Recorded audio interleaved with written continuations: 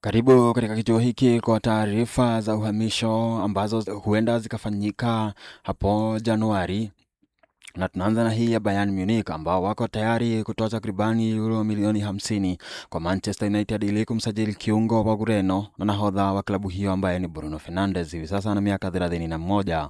Kwingineko, winga wa Ghana Antonio Semenyo ambaye ana miaka 25 anapendelea kuhamia Liverpool badala ya Manchester City au Manchester United iwapo ataondoka Bournemouth mwezi wa Januari.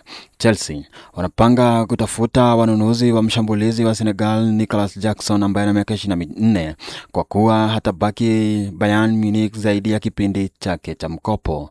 Kipa wa Denmark Philip Jørgensen ambaye ana miaka 23 anataka kuondoka Chelsea baada ya kukata tamaa nafasi yake kwa kuwa kipa wa pili, ingawa klabu italazimika kuidhinisha kuondoka kwake kwani ana mkataba wa hadi mwaka wa 2031. Liverpool wamearifiwa juu ya uwezekano mkubwa kwamba beki wa Inter Milan na Italia Alessandro Bastoni anaweza kuwa tayari kuhamia Anfield mwaka wa 2026. Hata hivyo, Barcelona pia wanamvizia Bastoni pamoja na beki wa Manchester City na Croatia Joško Vardy ambaye ana miaka 23 hivi sasa. Aston Villa wanaendelea kumfuatilia kipa wa Barcelona na Ujerumani Andre ter Stegen ambaye ana miaka 33 ambaye anataka muda wa kucheza mara kwa mara kabla ya kipindi cha kombe la dunia la mwaka ujao. Kwingineko, winga wa Athletic Club na Hispania Nico Williams ambaye ana miaka 23 ambaye anavivutia vilabu vya Liverpool, Arsenal na Chelsea anataka kujiunga na Real Madrid.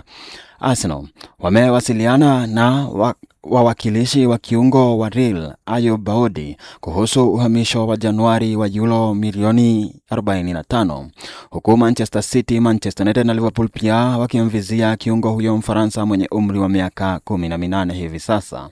Beki wa kulia wa Leeds United Jayden Bolgine ambaye ana miaka 25 anasakwa na Everton baada ya maskauti wao kuvutiwa na kiwango chake kwenye ligi kuu msimu huu.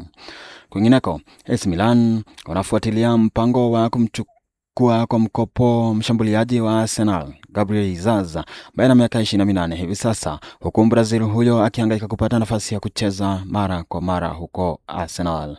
Hivyo ndivyo mambo yalivyo.